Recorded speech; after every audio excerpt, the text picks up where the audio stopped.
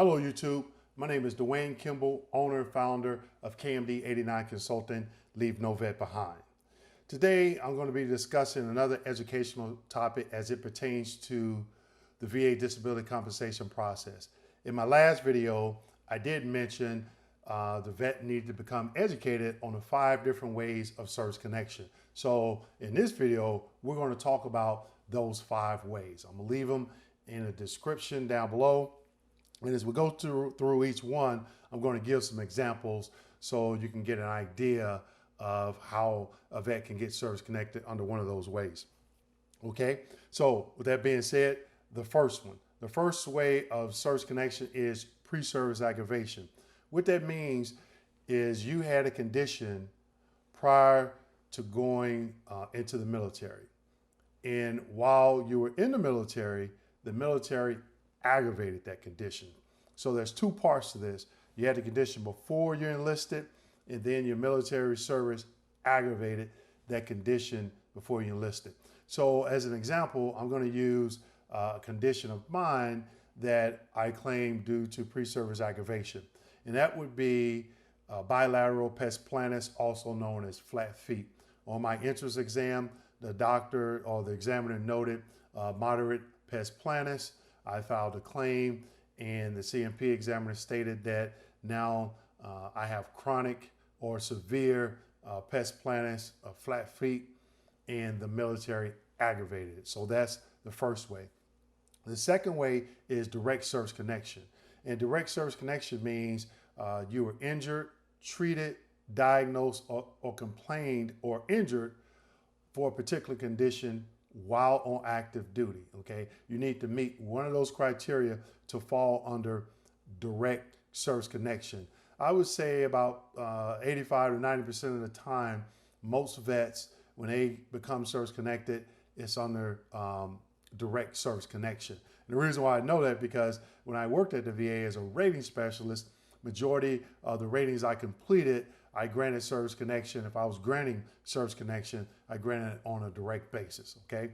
So number 3, secondary service connection. And secondary service connection means you're already service connected for one condition, but it has caused another condition that can be service connected, okay? So for example, you're service connected for your left knee. Your left knee gives out, you fall, and you break your kneecap on your right knee. You can claim that on a secondary basis, okay? And the doctor will have to provide a medical opinion is the non-service connected condition that you have now due to the service connected condition. And if you receive a positive opinion, the VA will have to grant that on a secondary service connection basis. Direct, we talked about pre-service aggravation, direct, secondary. Also, the 4th one, increase. Increase is for a condition that you're already service connected for. That means you already have been granted service connection, you met the other criteria, but you feel that this condition has worsened. So therefore, you can claim an increase in this service connected condition. Also, in my previous video, tip number 1, I talked about the veteran needed to become educated, okay? So this plays an important part in what we're talking about right here.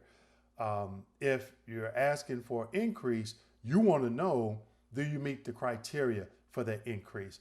You know, you have to go on you have to do your due diligence to go on the VA's website and look at the condition that you service connected for and see the criteria for the next higher evaluation or the next higher evaluation to see if you qualify. And if you do, then, you know, under VA regulations, you can file a claim for increase. The last, the way you can become service connected, the 5th way is presumptive.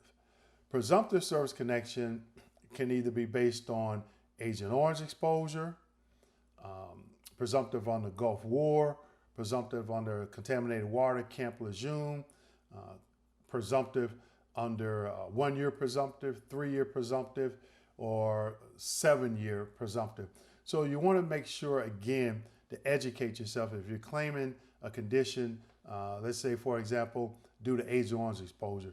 There's other criteria that you have to meet to obtain service connection on a presumptive basis under Agent Orange exposure. For example, if you're at a Royal Air Base in Thailand, you have to been there during the Pacific time, had a Pacific position or job that took you to the outer perimeter of one of those bases, because that's where they sprayed the Agent Orange. Also, if you're claiming it boots on ground in Vietnam, you have to have been proved that you had boots on ground in Vietnam. So there's other different variables that come into play when you're claiming these different conditions on a presumptive basis. Again, you have to educate yourself. You have to go out there to the VA website, either talk to someone that's knowledgeable, but at the end of the day, you have to ask yourself, the condition that you want to claim,